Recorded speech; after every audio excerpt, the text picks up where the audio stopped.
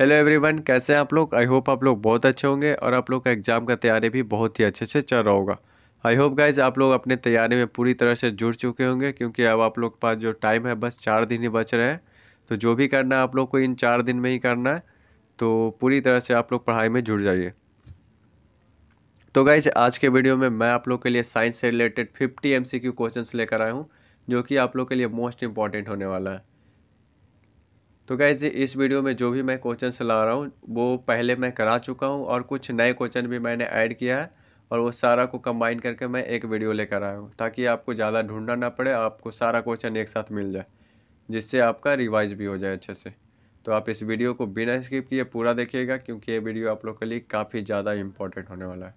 तो चलिएगा इस वीडियो को शुरू करते हैं।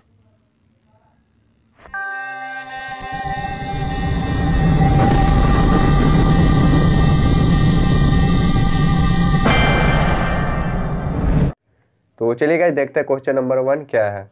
What causes the motion of the moon around the earth. पृथ्वी के चारों ओर चंद्रमा की गति डैश के कारण होती है। ऑप्शन ए है ग्रेविटेशनल फोर्स, ऑप्शन बी है सेंट्रीपिटल फोर्स, ऑप्शन सी है सेंट्रीफ्यूगल फोर्स, ऑप्शन डी है एक्सियल फोर्स। तो इसका सही आंसर क्या होगा ये आप लोग खुद से करने की कोशिश कीजिए पहले।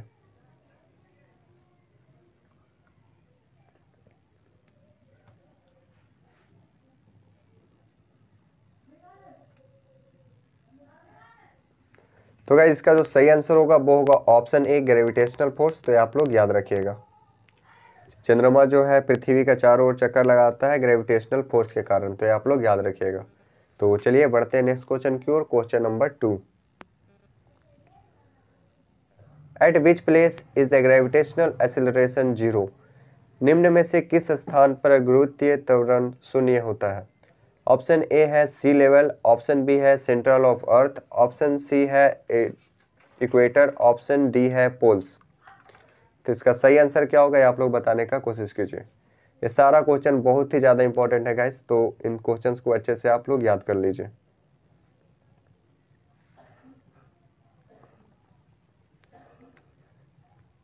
तो इसका जो सही आंसर होगा वो होगा option b centre of earth. Centre of earth पे एक्सीलरेशन जीरो होता है, और सबसे मैक्सिमम कहाँ पे होता है अगर ये पूछे तो आप बोल दीजिएगा इसको पोल पे। पोल पे सबसे ज़्यादा होता है, और जीरो जो होता है वो सेंटर ऑफ अर्थ पे होता है। तो आप लोग याद रखिएगा। तो चलिए बढ़ते हैं नेक्स्ट क्वेश्चन की ओर। Question number 3। क्वेश्चन नंबर 3 है the boiling point of an alcohol is 78 degree Celsius. What will be the temperature in Kelvin. एक एल्कोहल का क्वथनांक 78 डिग्री सेल्सियस है। केल्विन पैमाने पर तापमान कितना होगा। ऑप्शन ए है 78 केल्विन, ऑप्शन बी है 373 केल्विन, ऑप्शन सी है 341 केल्विन, ऑप्शन डी है 351 केल्विन। तो इसको निकाल के जल्दी से बताने का कोशिश कीजिए आप लोग।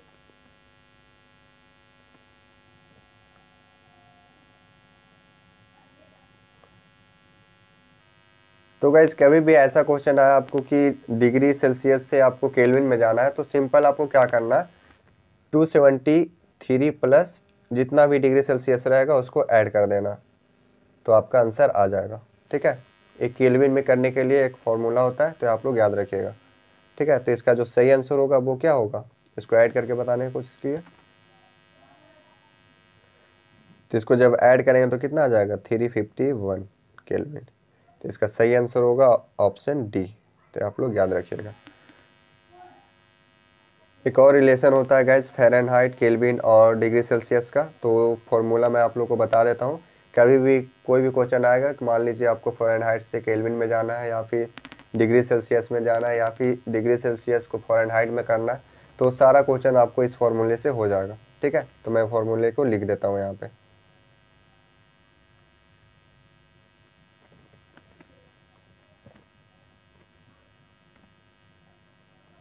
तो इसका जो फॉर्मूला होता है वो होता है C/5,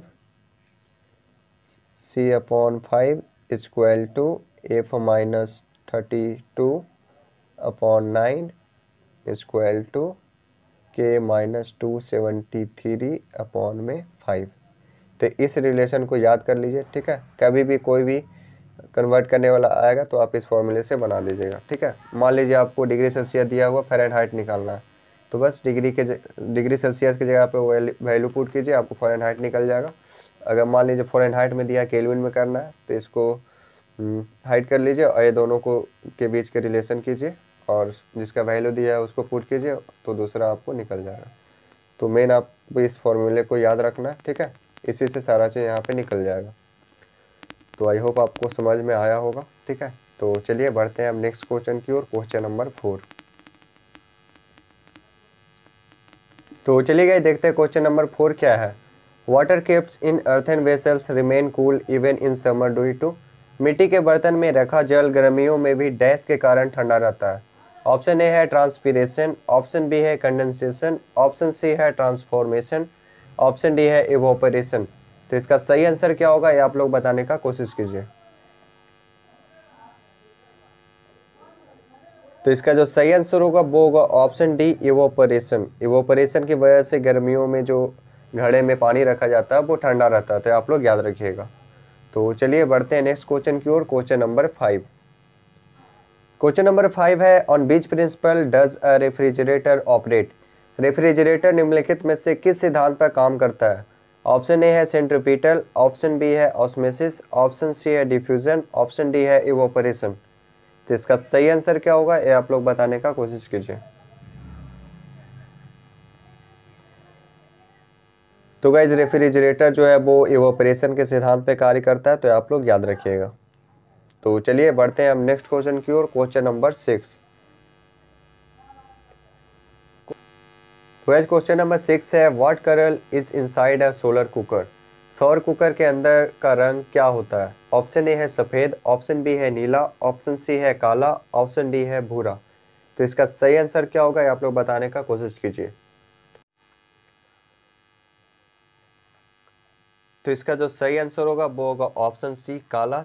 तो ये आप लोग याद रखिएगा, ठीक है। तो चलिए बढ़ते हैं नेक्स्ट क्वेश्चन की ओर, क्वेश्चन नंबर 7।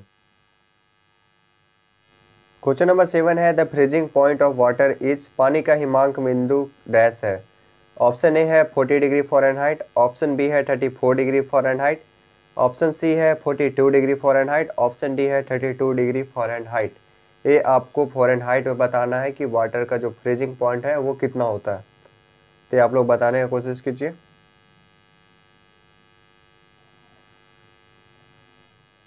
तो इसका जो सही आंसर होगा वो होगा ऑप्शन डी, 32 डिग्री फ़ारेनहाइट। तो आप लोग याद रखिएगा। इसका आंसर गाइज आप लोग जो मैंने अभी रिलेशन बताया था पीछे, उससे आप निकाल सकते हैं इसका रिलेशन। क्योंकि वाटर का जो फ्रीजिंग पॉइंट होता है डिग्री सेल्सियस में वो होता है 0 डिग्री सेल्सियस पे, और केल्विन में होता है 273 केल्विन पे। ये होता है वाटर का फ्रीजिंग पॉइंट। फ़ारेनहाइट में 32 डिग्री पे, और डिग्री सेल्सियस में होता है आपको 0 डिग्री, और केल्विन में होता है 273 पे। तो आप लोग याद रखिएगा। तो चलिए बढ़ते हैं नेक्स्ट क्वेश्चन की ओर, क्वेश्चन नंबर 8। क्वेश्चन नंबर 8 है, a prism work on which principle. Option ए है डिस्पर्सन, ऑप्शन बी है स्कैटरिंग, ऑप्शन सी है total internal reflection, option D है रिफ्रैक्शन। तो इसका सही आंसर क्या होगा ये आप लोग बताने का कोशिश कीजिए।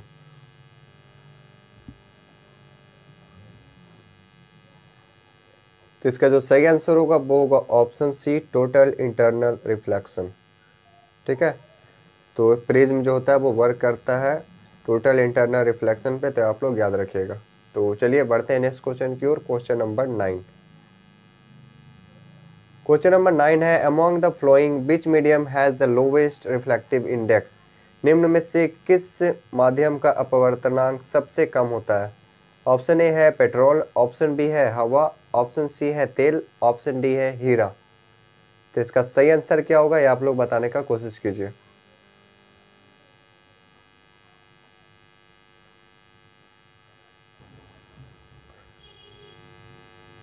तो गाइस इसका जो सही आंसर होगा वो होगा ऑप्शन बी, हवा। हवा का जो होता है रिफ्लेक्टिव इंडेक्स से कम होता है इन चारों में से, तो आप लोग याद रखिएगा। अगर पूछेगा कि सबसे ज़्यादा रिफ्लेक्टिव इंडेक्स किस का होता है, तो वो होता है हीरा का। इसका रिफ्लेक्टिव इंडेक्स होता है 2.42। तो आप लोग याद रखिएगा, सबसे ज़्यादा होता है हीरा का, ठीक है। तो इन चारों में सबसे कम किसका होता है, तो हवा का होता है, ये आप लोग याद रखिएगा। तो चलिए बढ़ते हैं नेक्स्ट क्वेश्चन की ओर, क्वेश्चन नंबर 10। क्वेश्चन नंबर 10 है the twinkling of star at night is due to, रात के समय तारों का टिमटिमाने का कारण डैश होता है। ऑप्शन ए है एटमॉस्फेरिक रिफ्रैक्शन, ऑप्शन बी है रिफ्रैक्शन ऑफ लाइट, ऑप्शन सी है reflection of light, option D है स्कैटरिंग ऑफ लाइट। तो इसका सही आंसर क्या होगा, ये आप लोग बताने का कोशिश कीजिए।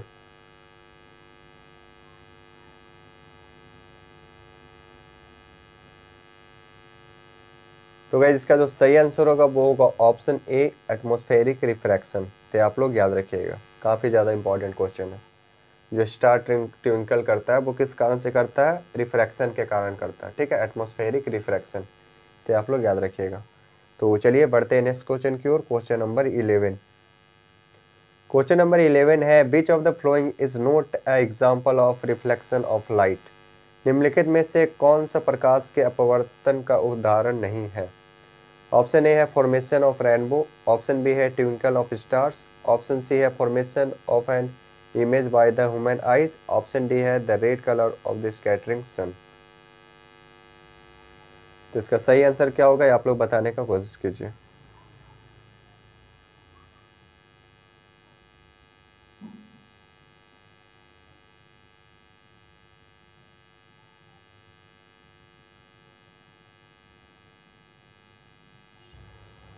तो देखिए गाइस, ऑप्शन ए क्या बोल रहा है, फॉर्मेशन ऑफ ए रेनबो, ठीक है, ये जो होता है वो किसकी वजह से बनता है, रिफ्रैक्शन की वजह से, तो ये तो नहीं होगा, ठीक है। ऑप्शन बी है ट्विंकल ऑफ स्टार, ये भी रिफ्रैक्शन की वजह से बनता है, तो ये भी नहीं होगा, ठीक है। ऑप्शन सी है जो हम लोग का आई में इमेज बनता है वो रिफ्रैक्शन की वजह से नहीं बनता है, तो ये आपका सही उत्तर होगा, ठीक है। ऑप्शन डी है सेटिंग सन, ठीक है। तो जब सूर्य डूबता है तो हम लोग को आकाश जो होता है रेड कलर का दिखाई देता है, वो भी रिफ्रैक्शन की वजह से दिखाई देता है, तो आप लोग याद रखिएगा, ठीक है। तो ये भी नहीं होगा, तो आपका ऑप्शन कौन सा सही होगा, ऑप्शन सी, ठीक है। गाइस यहाँ पे क्वेश्चन में थोड़ा करेक्ट कर लीजिएगा, यहाँ पे रिफ्लेक्शन नहीं होगा, रिफ्रैक्शन होगा, ठीक है। रिफ्रैक्शन कर लीजिए इसको, इस चीज़ को रिफ्रैक्शन कर लीजिए, ठीक है। तो चलिए अब बढ़ते हैं नेक्स्ट क्वेश्चन की ओर, क्वेश्चन नंबर 12। क्वेश्चन नंबर 12 है the twinkling of star at night is due to, रात में तारों का टिमटिमाने का कारण डैश होता है। तो गाइस ये क्वेश्चन दोबारा रिपीट हो गया, सॉरी इसके लिए, ठीक है, ये आप लोग कर लीजिएगा। नेक्स्ट क्वेश्चन है which of the following is not used in making glass, कांच बनाने के लिए निम्नलिखित में से किसका उपयोग नहीं होता है। ऑप्शन ए है मिट्टी, ऑप्शन बी है पानी, ऑप्शन सी है कांच, ऑप्शन डी है प्लास्टिक। इसमें आप लोग को ग्लास बनाने के लिए किस चीज़ का यूज नहीं होता इन चारों में, उसको आप लोग को बताना है, ठीक है। तो गाइस इसका जो सही आंसर होगा वो होगा ऑप्शन ए मिट्टी। तो आप लोग याद रखिएगा, मिट्टी का यूज नहीं होता है ग्लास बनाने में, ठीक है। तो चलिए अब बढ़ते हैं नेक्स्ट क्वेश्चन की ओर, क्वेश्चन नंबर 14। क्वेश्चन नंबर 14 है a lens that is thicker in the middle and thinner at the edge is called, वह लेंस जो बीच में पतला और परिधि के पास मोटा होता है डैश कहलाता है। ऑप्शन ए है कनकेव लेंस, ऑप्शन बी है बाई कन्वेक्स लेंस, ऑप्शन सी है कन्वेक्स लेंस, ऑप्शन डी है कॉन्वेक्सो कॉनकेव लेंस, ठीक है। तो इसका सही आंसर क्या होगा, ये आप लोग बताने की कोशिश कीजिए।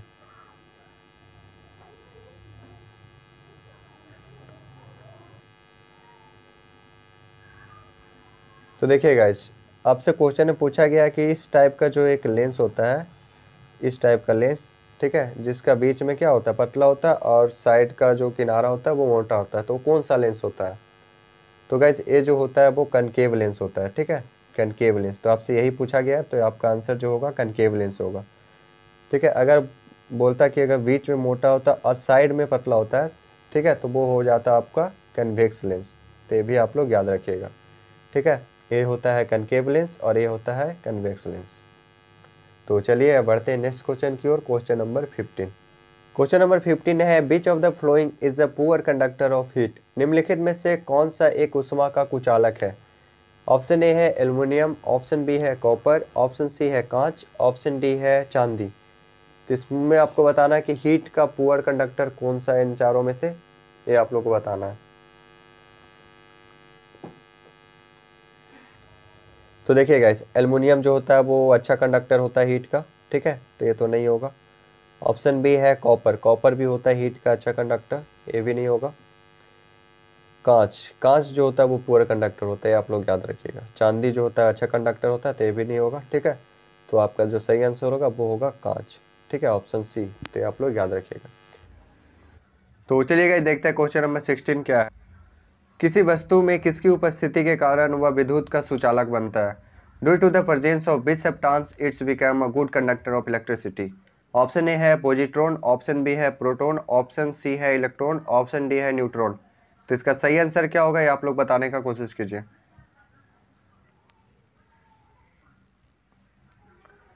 तो गाइस इसका जो सही आंसर होगा वो होगा ऑप्शन सी, इलेक्ट्रॉन, ठीक है। कोई भी सब्सटेंस में जितना ज़्यादा इलेक्ट्रॉन होगा, ठीक है, जितना ज़्यादा इलेक्ट्रॉन फ्लो करेगा वो उतना ही अच्छा क्या होगा, इलेक्ट्रिसिटी का गुड कंडक्टर बनेगा। तो ये आप लोग याद रखिएगा। तो चलिए गाइस बढ़ते हैं नेक्स्ट क्वेश्चन की ओर, क्वेश्चन नंबर 17। क्वेश्चन नंबर 17 है पानी का क्वथनांक यानी कि बॉइलिंग पॉइंट क्या होता है? ऑप्शन ए है 210 फ़ारेनहाइट, ऑप्शन बी है 212 फ़ारेनहाइट, ऑप्शन सी है 214 फ़ारेनहाइट, ऑप्शन डी है 2018 फ़ारेनहाइट। तो ये आपको फ़ारेनहाइट में बताना है, ठीक है। तो उम्मीद है कि आपको केल्विन और सेल्सियस में पता होगा आपको। अगर पता है तो आप उसको कन्वर्ट कर सकते हैं, जो मैंने फार्मूला बताया था प्रीवियस वीडियो में कि कैसे आप चेंज कर सकते हैं, ठीक है। तो ऐसे भी आप निकाल सकते हैं, और इसको डायरेक्टली भी याद रखिए आप लोग, ये काफ़ी ज़्यादा इंपॉर्टेंट होने वाला है। तो गाइज पानी का जो बॉइलिंग पॉइंट होता है फ़ारेनहाइट में वो होता है 212 डिग्री फ़ारेनहाइट, तो आप लोग याद रखिएगा। और अगर आपसे पूछता है कि डिग्री सेल्सियस में कितना होता है तो वो होता है 100 डिग्री सेल्सियस। और केल्विन में पूछता है तो आप केल्विन में 100 डिग्री को ऐड कर दीजिए, यानी कि 373 केल्विन। तो ये आप लोग याद रखिएगा, ठीक है। 212 जो होता है फ़ारेनहाइट में, और 100 डिग्री जो होता है सेल्सियस में, और 373 डिग्री जो होता है वो केल्विन में, ठीक है। तो चलिए अब बढ़ते हैं नेक्स्ट क्वेश्चन की ओर, क्वेश्चन नंबर 18।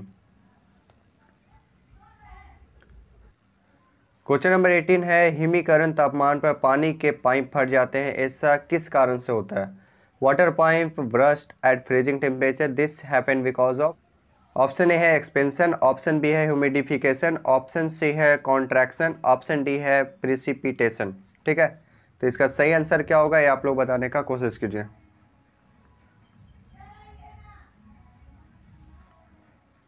तो गाइस इसका जो सही आंसर होगा वो होगा ऑप्शन सी, कॉन्ट्रैक्शन, ठीक है। जहाँ पे टेम्परेचर कम होता है वहाँ पे देखा जाता है कि जब 0 डिग्री अप्रॉक्स होता है या फिर उससे कम होता है, तो वहाँ पे जो पानी वाला पाइप होता है वो क्या होता है, ब्रस्ट हो जाता है, फट जाता है, ठीक है। क्यों होता है वैसा? क्योंकि जब पानी जमता है तो पानी का जो वॉल्यूम होता है वो थोड़ा कम हो जाता है, ठीक है। उसकी वजह से वो क्या होता है, थोड़ा एक्सपेंड होता है, जिसकी वजह से पाइप पे प्रेशर पड़ता है और वो क्या हो जाता है, टूट जाता है, ठीक। तो इसी की वजह से क्या हो जाता है, वो फट जाता है। तो आई होप आपको समझ में आया होगा। तो चलिए अब बढ़ते हैं नेक्स्ट क्वेश्चन की ओर, क्वेश्चन नंबर 19।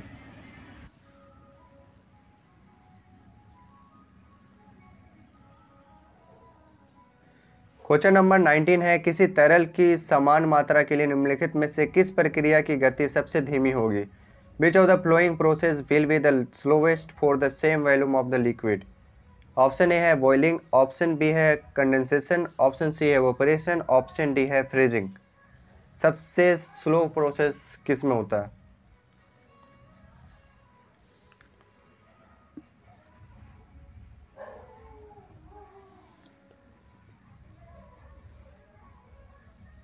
तो गाइस इसका जो सही आंसर होगा वो होगा ऑप्शन सी, इवापोरेशन। सबसे स्लो जो प्रोसेस होता है वो इवापोरेशन का होता है, ठीक है। जैसे आप लोगों ने देखा होगा जब आप पानी को गर्म करते हैं तो अगर आप बहुत देर उसको जब छोड़ते हैं तब वो पानी क्या होता है, इवापोरेट होकर ख़त्म हो जाता है, पर उसके लिए बहुत ज़्यादा टाइम लगता है। तो सबसे स्लो प्रोसेस होता है किसी भी लिक्विड को अगर हम लोग को चेंज करना है, ठीक है। तो ठीक है, तो किसी भी लिक्विड का स्टेट चेंज करना है तो सबसे धीमा प्रोसेस होता है वो एवापोरेशन का होता है, तो आप लोग याद रखिएगा। तो चलिए अब बढ़ते हैं नेक्स्ट क्वेश्चन की ओर, क्वेश्चन नंबर 20।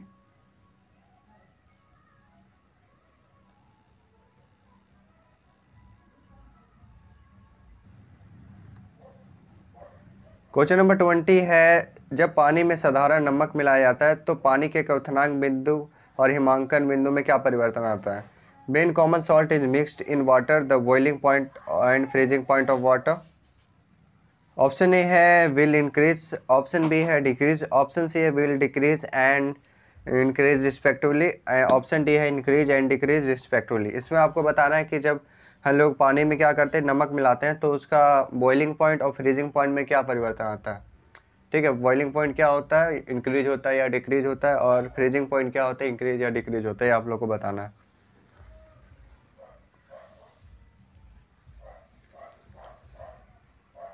तो इसका जो सही आंसर होगा वो होगा option D, increase and decrease.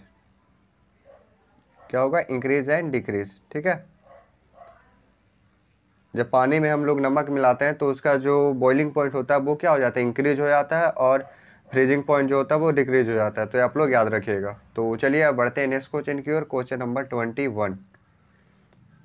21 है, जब पानी को 0 डिग्री सेल्सियस से 10 डिग्री सेल्सियस तक गर्म किया जाता है तो इसका आयतन पे क्या परिवर्तन आता है? When water is heated from 0 degree Celsius to 10 degree Celsius, its volume, option ए है इंक्रीज, ऑप्शन बी है डिक्रीज, ऑप्शन सी है does not change, option D है first increase and then increase. तो इसका सही आंसर क्या होगा, ये आप लोग बताने का कोशिश कीजिए।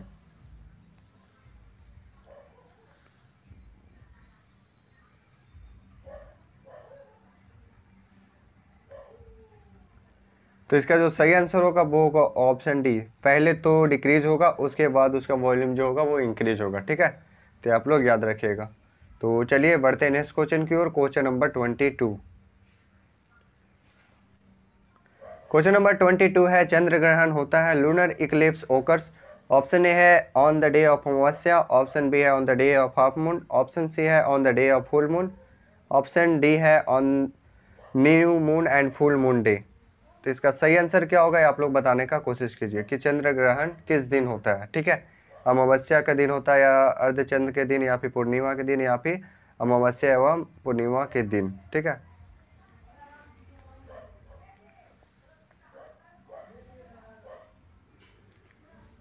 तो इसका जो सही आंसर होगा वो होगा option C, on the day of full moon. पूर्णिमा के दिन जो होता है वो चंद्र ग्रहण लगता है, तो आप लोग याद रखिएगा। ठीक है, और अगर आपसे पूछा जाता कि सूर्य ग्रहण कब लगता है, तो वो होता है अमावस्या के दिन लगता है सूर्य ग्रहण, तो ये भी आप लोग याद रखिएगा।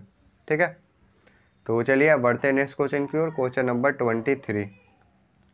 क्वेश्चन नंबर 23 है, पूर्ण आंतरिक परिवर्तन होता है जब प्रकाश जाता है। There is the complete internal reflection when the prakash goes. Option ए है from diamond to glass, option B है वाटर टू ग्लास, ऑप्शन सी है air to water, option D है एयर टू ग्लास। ठीक है, टोटल इंटरनल रिफ्लेक्शन कब होता है, ये आप लोग बताना है।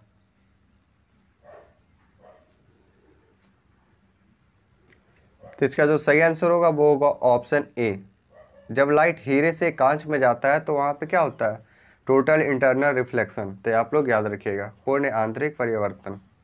ठीक है, तो चलिए अब बढ़ते हैं नेक्स्ट क्वेश्चन की ओर। Question number 24। क्वेश्चन नंबर 24 है, ग्रहों की गति का नियम किसने प्रतिपादित किया? Who propose the law of planetary motion. Option A है न्यूटन, ऑप्शन बी है केपलर, ऑप्शन सी है कोपरनिकस, ऑप्शन डी है गैलीलियो।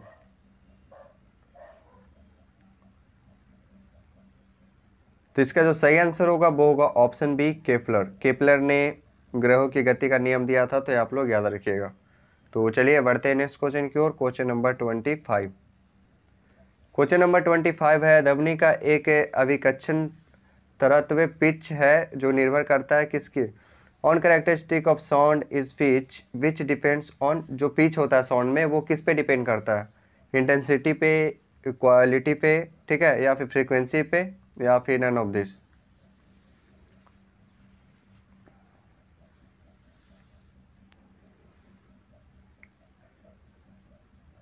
तो गाइस जो पिच होता है वो फ्रीक्वेंसी पे डिपेंड करता है, तो आप लोग याद रखिएगा। ठीक है, तो चलिए बढ़ते हैं नेक्स्ट क्वेश्चन की ओर। Question number 26।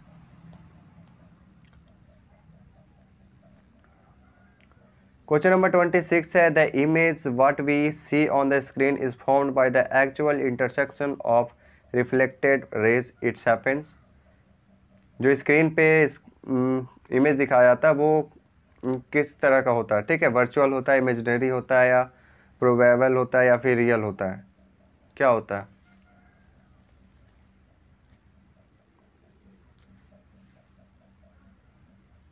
तो स्क्रीन पे जो इमेज दिखाया जाता है वो रियल होता है, तो ये आप लोग याद रखिएगा, वास्तविक, ठीक है, वास्तविक होता है,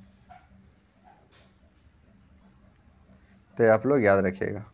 तो चलिए बढ़ते हैं नेक्स्ट क्वेश्चन की ओर, क्वेश्चन नंबर 27। क्वेश्चन नंबर 27 है, जंग लगने पर लोहे का भार, weight of iron when it rust. जब लोहे में जंग लग जाता है तो उसका वेट में क्या परिवर्तन आता है? वो इंक्रीज होता है, डिक्रीज होता है, या सेम रहता है, या फिर अनसर्टेन रहता है? ठीक है, कैसा रहता है आप लोग बताने की कोशिश कीजिए। तो इसका जो सही आंसर होगा वो होगा ऑप्शन ए, इंक्रीज। जब लोहे में जंग लगता है तो उसका वेट जो होता है वो इंक्रीज हो जाता है, तो आप लोग याद रखिएगा। तो चलिए बढ़ते हैं नेक्स्ट क्वेश्चन की ओर, क्वेश्चन नंबर 28। क्वेश्चन नंबर 28 है, बर्फ को पिघलाने के लिए निम्नलिखित में से किसका प्रयोग किया जाता है? Which of the following is use to melt ice? Option ए है सॉल्ट, ऑप्शन हाइड्रोजन, ऑप्शन सी है कॉस्टिक सोडा, ऑप्शन डी है सिट्रिक और एसिड। तो बर्फ को पिघलाने के लिए किसका यूज किया जाता है आप लोग बताने की कोशिश कीजिए।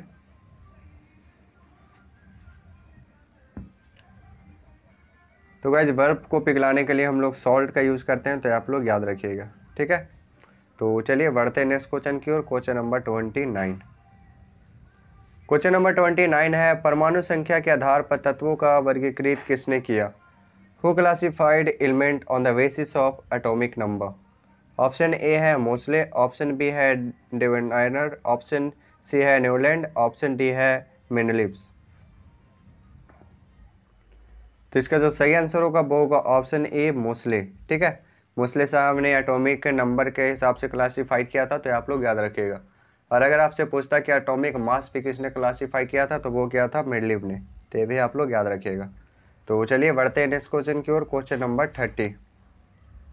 क्वेश्चन नंबर 30 है, एक तत्व का इलेक्ट्रॉनिक विन्यास 284 है, तत्व का नाम क्या है? The electronic configuration of an element is 284 is the name of element is।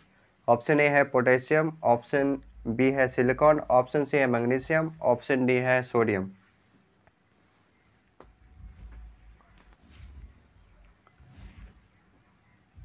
तो गाइस इसका जो सही आंसर होगा वो होगा ऑप्शन बी, सिलिकॉन, ठीक है। 284 यानी कि 14 किसका होता है एटॉमिक नंबर, तो वो होता है सिलिकॉन का, तो आप लोग याद रखिएगा। तो ऐसा क्वेश्चन आपके एग्जाम में पूछ सकता है, तो इसलिए आप याद करके रखिए, 1 से 20 तक कम से कम याद करके रखिए एटॉमिक नंबर को, ठीक है। तो चलिए गाइस देखते हैं क्वेश्चन नंबर 31 क्या है।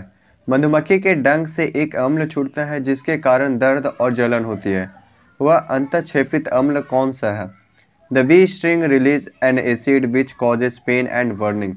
What is that injection acid? तो चलिए गाइस देखते हैं क्वेश्चन नंबर 31 क्या है।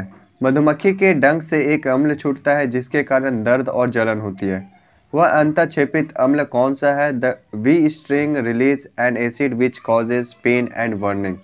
What is that injected acid? तो गाइस इसमें आपसे क्वेश्चन पूछा गया है कि जो मधुमक्खी है जब वो डंक मारता है तो हम लोग को क्या होता है, दर्द होता है और जलन होता है, वो किस एसिड के वजह से होता है वो आपको बताना है। मधुमक्खी का जो डंक होता है उसमें कौन सा एसिड पाया जाता है जब वो हम लोग को मारता है, ठीक है, ये आप लोग को बताना है। ऑप्शन ए है एसिटिक अम्ल, ऑप्शन बी है सल्फ्यूरिक अम्ल, ऑप्शन सी है साइट्रिक अम्ल, ऑप्शन डी है मेथनोइक अम्ल। मेथनॉइक को हम लोग फॉर्मिक अम्ल भी बोलते हैं, ठीक है, तो ये भी आप लोग याद रखिएगा। तो इसका बताने की कोशिश कीजिए कि क्या होगा।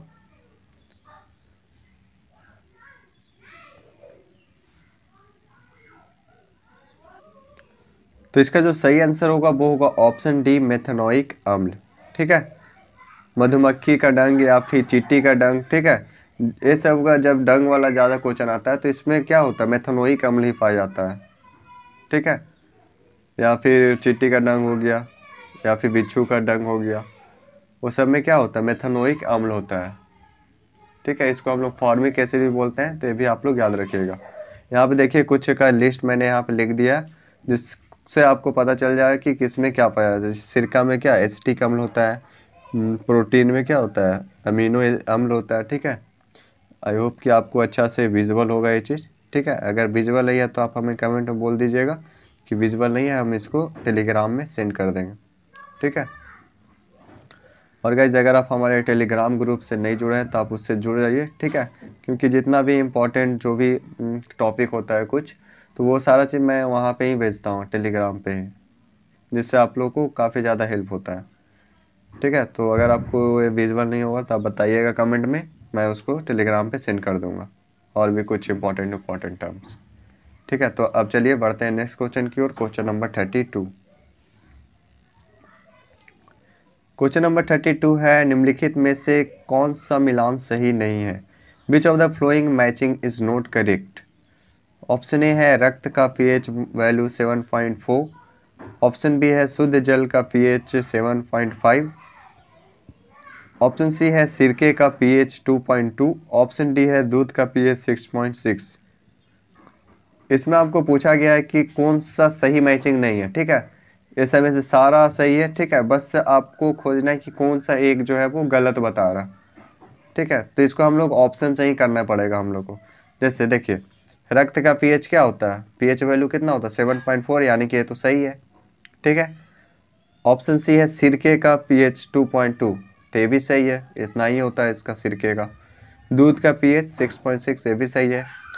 यानी गलत क्या हुआ, शुद्ध जल का पीएच 7.5 नहीं होता है, शुद्ध जल का पीएच होता है 7। ठीक है, ये याद रखिएगा, प्योर वाटर का होता है 7। ठीक है, तो ये याद रखिएगा आप लोग। तो इसका सही आंसर क्या होगा, ऑप्शन बी। ठीक, तो चलिए अब बढ़ते हैं नेक्स्ट क्वेश्चन की ओर। क्वेश्चन नंबर 33 में प्रमुख रूप से निम्नलिखित में से कौन सा अम्ल पाया जाता है? Which of the flowing acid is mainly found in grapes? Option A है ऑक्जेलिक अम्ल, ऑप्शन बी है लैक्टिक अम्ल, ऑप्शन सी है टार्टरिक अम्ल, ऑप्शन डी है अस्कॉर्बिक अम्ल। ठीक है, इसमें आपसे अंगूर का पूछा गया है कि इसमें कौन सा एसिड पाया जाता है। ठीक है, आप लोग बताने की कोशिश कीजिए इसको।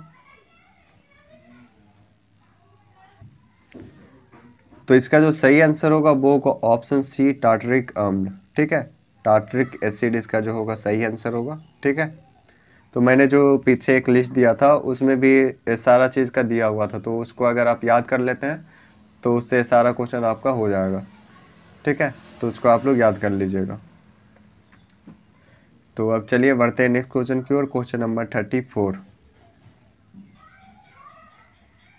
क्वेश्चन नंबर 34 है, यशद लेपन में निम्नलिखित में से किस धातु का प्रयोग किया जाता है? Which of the flowing metal is used in galvanisation? यहाँ पे गैल्वेनाइजेशन होगा। ठीक है, यशद लेपन को ही हम लोग क्या बोलते हैं, गैल्वेनाइजेशन।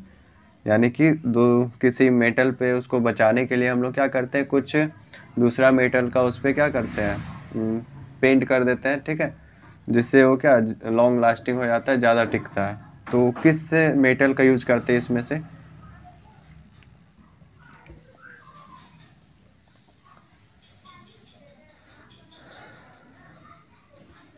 तो इसका जो सही आंसर होगा वो होगा ऑप्शन बी जिंक। जिंक का यूज करते हैं हम लोग यशद लेपन के लिए, तो आप लोग याद रखिएगा। तो चलिए अब बढ़ते हैं नेक्स्ट क्वेश्चन की ओर। Question number 35। क्वेश्चन नंबर 35 है, निम्नलिखित में से किसका उपयोग पॉलीथीन के संश्लेषण में किया जाता है? Which of the following is used in synthesis of polythene कोज? ऑप्शन ए है मीथेन, ऑप्शन बी है प्रोपेन, ऑप्शन बी है इथेन, ऑप्शन डी है ब्यूटेन। तो किसका यूज करते हैं आप लोग बताने का कोशिश कीजिए। तो इसका जो सही आंसर होगा वो होगा इथेन। ठीक है, इथेन, तो आप लोग याद रखिएगा। तो चलिए अब बढ़ते हैं नेक्स्ट क्वेश्चन की ओर। Question number 36। क्वेश्चन नंबर 36 है, to correct near sightedness which lens should be used? निकट दृष्टि दोष को दूर करने के लिए निम्न में से किस लेंस का प्रयोग किया जाता है? ऑप्शन ए है अवतल लेंस, ऑप्शन बी है द फोकल लेंस, ऑप्शन सी है उत्तल लेंस, ऑप्शन डी है बेलनाकार लेंस। तो नियर साइटनेस को दूर करने के लिए कौन सा लेंस का यूज करते हैं आप लोग बताने का कोशिश कीजिए। तो इसका जो सही आंसर होगा वो होगा ऑप्शन ए अवतल लेंस। ठीक है, नियर साइटनेस होता क्या है, इसमें हम लोग क्या होता है, सामने का चीज़ जो होता है क्लियर दिखाई देता है, पर जो दूर का चीज़ होता है वो क्लियर नहीं दिखाई देता है, इसी को हम लोग बोलते हैं नियर साइटनेस। ठीक है, और एक होता है दूर दृष्टि दोष, उसमें क्या होता है दूर का चीज़ हम लोग को क्लियर दिखाई देता है पर सामने का चीज़ क्लियर नहीं दिखाई देता, तो उसमें हम लोग यूज करते हैं उत्तल लेंस का। ठीक है, उत्तल लेंस का, तो ये भी आप लोग याद रखिएगा। तो चलिए अब बढ़ते हैं नेक्स्ट क्वेश्चन की ओर। Question number 37। क्वेश्चन नंबर 37 है, if a magnet is cut into two equal parts what effect will it have on the magnetic strength of each piece. यदि कोई दंड चुंबक को दो बराबर हिस्सों में काट दिया जाए तो प्रत्येक टुकड़े की ध्रुवीय शक्ति का क्या प्रभाव पड़ेगा। Option A it will double, option B it will half, option सी है it will become zero, option D है it will remain the same. इसमें हम बोल रहे हैं कोई भी मैग्नेट को अगर हम बीच से तोड़ देते हैं तो उसका स्ट्रेंथ में क्या मतलब कि इफेक्ट पड़ेगा, उसका शक्ति में क्या इफेक्ट पड़ेगा। ठीक है,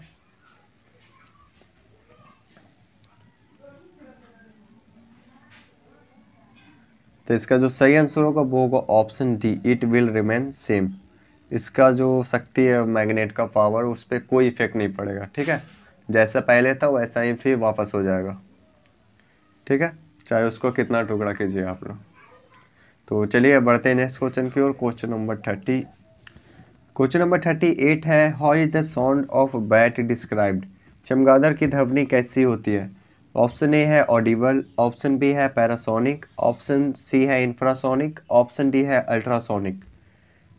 तो चमगादड़ कैसा ध्वनि का यूज करता है ये आप लोग बताइए।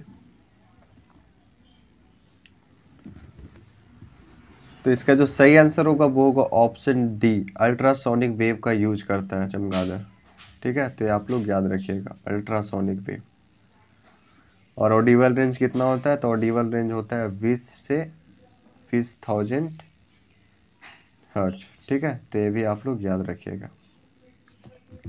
तो चलिए अब बढ़ते हैं नेक्स्ट क्वेश्चन। क्वेश्चन नंबर 39 में क्या है, which is the pure form of iron. लोहे का शुद्ध रूप कौन सा है।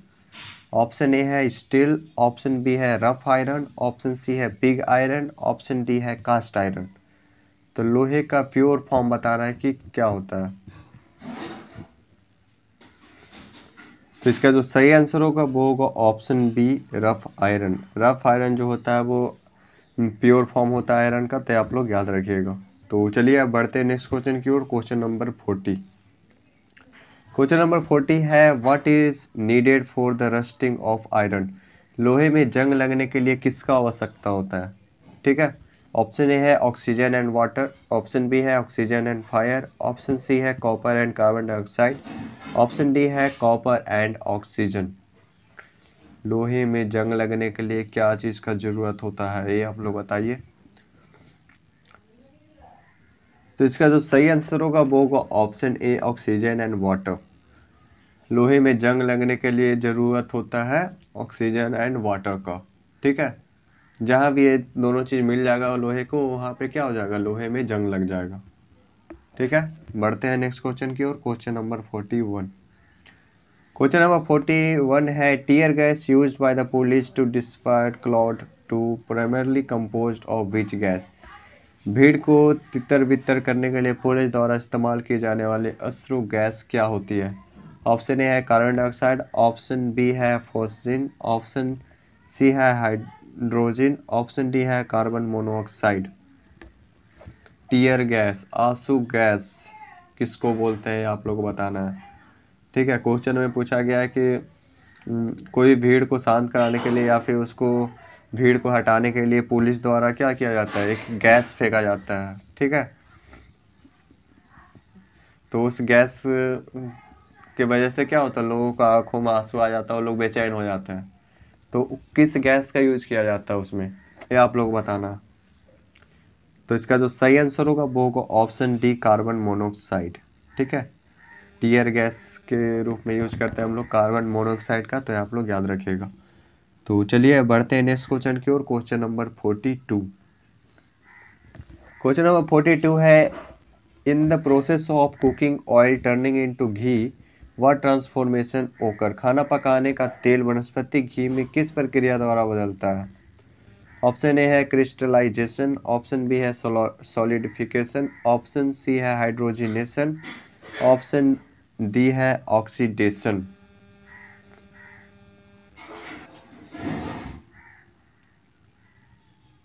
तो इसका जो सही आंसर होगा वो होगा ऑप्शन सी, हाइड्रोजिनेशन। ठीक है, तो आप लोग याद रखिएगा। ठीक है,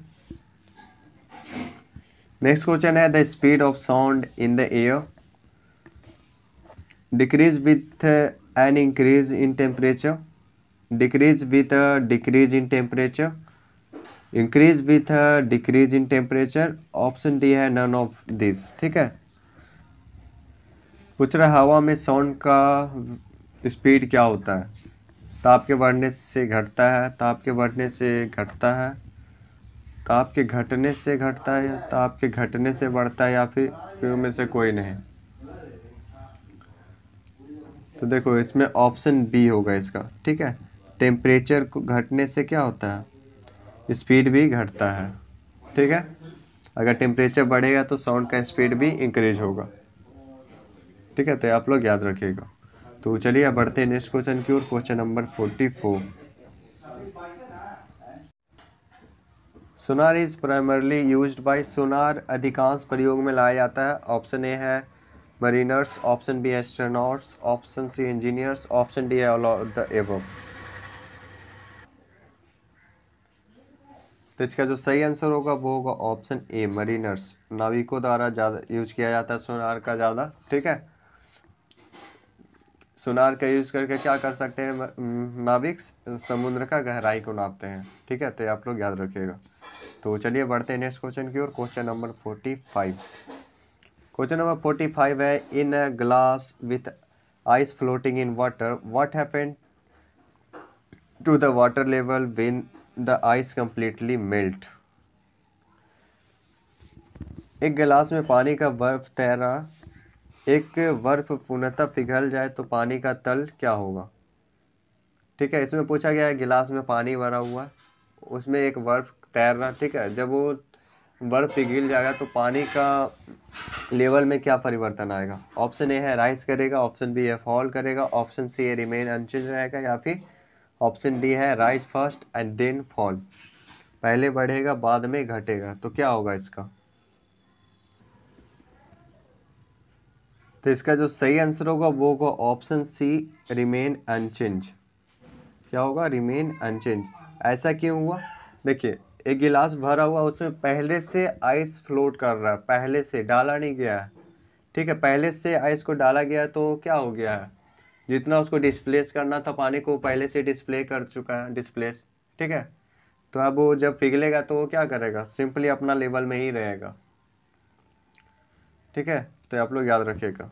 तो इसका पानी का जो लेवल होगा वो अनचेंज ही रहेगा। तो अब चलिए बढ़ते हैं नेक्स्ट क्वेश्चन की ओर, क्वेश्चन नंबर 46। क्वेश्चन नंबर 46 है, 1 light year is equal to. तो 1 लाइट ईयर इक्वल होता है किसका? 9.46 इंटू 10⁻15 मीटर। यहाँ पे मीटर में पूछा गया है। ठीक है, कभी कभी किलोमीटर में पूछ देता है, तो किलोमीटर में अगर पूछेगा तो कितना हो जाएगा? 9.46 इंटू 10⁻12 किलोमीटर। ठीक है, किलोमीटर में पूछा तो ये हो जाएगा, अगर मीटर में पूछा तो ये होगा 9.46 इंटू 10⁻15 मीटर। ठीक है, तो ये आप लोग याद रखिएगा। इसमें बहुत लोग कंफ्यूज होते हैं, क्वेश्चन को अच्छा से देखते नहीं है। ठीक है, और वो आपको गलत लगा कर आ जाते हैं। ठीक है, तो कंफ्यूज नहीं होना उसमें। ठीक, तो चलिए बढ़ते हैं नेक्स्ट क्वेश्चन की ओर, क्वेश्चन नंबर 46। 46 है, the maximum density of water occur eight. पानी का घनत्व अधिकतम होता है, तो पानी का घनत्व सबसे ज़्यादा होता है 4 डिग्री सेल्सियस पे। तो आप लोग याद रखिएगा। ठीक है, तो चलिए अब बढ़ते हैं नेक्स्ट क्वेश्चन की ओर, क्वेश्चन नंबर 48। 48 है which device convert alternating current to direct current. कौन सा यंत्र प्रत्यावर्ती धारा को दृष्ट धारा में बदलता है? ऑप्शन ए है ट्रांसफॉर्मर, ऑप्शन बी है डायनेमो, ऑप्शन सी है रेक्टिफायर, ऑप्शन डी है जनरेटर। तो इसका सही आंसर होगा वो होगा ऑप्शन सी रेक्टिफायर। रेक्टिफायर जो होता है वो अल्टरनेटिंग करेंट को डायरेक्ट करेंट में बदल देता है। ठीक है, तो ये आप लोग याद रखिएगा। नेक्स्ट क्वेश्चन है 49 में the fourth state of matter is known as. पदार्थ का चौथी अवस्था क्या कही जाती है? ठीक है, सिंपली 10 तक ये चीज़ बताया नहीं जाता कि मैटर का फोर्थ स्टेट क्या होता है। ठीक है, पर उसका आगे जब जाइएगा तो बस सुनने को मिलता है। इसका डिटेल स्टडी और हायर क्लास में है। ठीक है, तो फोर्थ स्टेट तो जो होता है वो होता है प्लाज्मा। ठीक है, प्लाज्मा। तो चलिए बढ़ते हैं नेक्स्ट क्वेश्चन की ओर। क्वेश्चन नंबर 50 और आखिरी question. Which metal does not undergo corrosion when expose to air. निम्नलिखित में से किस धातु को वायु में छोड़ देने पर उसका संरक्षण यानी कोरोजन नहीं होता है? इनमें से किस धातु का अगर हम लोग ऐसे ही छोड़ देते हैं हवा में तो क्या होगा? उस पर कोरोजन नहीं लगेगा, खराब नहीं होगा। ठीक है, जंग नहीं लगेगा। तो कौन सा धातु है ऐसा? तो इसका जो सही आंसर होगा वो होगा ऑप्शन सी गोल्ड। गोल्ड में कोरोजन नहीं होता है, तो ये भी आप लोग याद रखिएगा। आई होप गाइज आपको ये 50 क्वेश्चन आपको समझ आया होगा। ये 50 क्वेश्चन आप लोग के लिए काफ़ी ज़्यादा इंपॉर्टेंट होने वाला है। ये आप लोग के लिए रामबाण के जैसा काम करने वाला है। तो आप इन 50 क्वेश्चंस को अच्छे से रिवाइज कीजिए और इसको ज़्यादा से ज़्यादा प्रैक्टिस कीजिए, याद रखिए। तो अगर आपको वीडियो पसंद आया तो वीडियो को लाइक करें, चैनल को सब्सक्राइब करें और अगर आपको कोई भी क्वेश्चन में कुछ भी प्रॉब्लम होता है तो आप हमें कमेंट में ज़रूर बताएं। और अगर आप हमारे टेलीग्राम ग्रुप से नहीं जुड़े हैं तो आप उससे भी जुड़ जाइए, लिंक हमने डिस्क्रिप्शन में दे दिया है। तो चलिए गाइस मिलते हैं नेक्स्ट वीडियो में, तब तक के लिए बाय।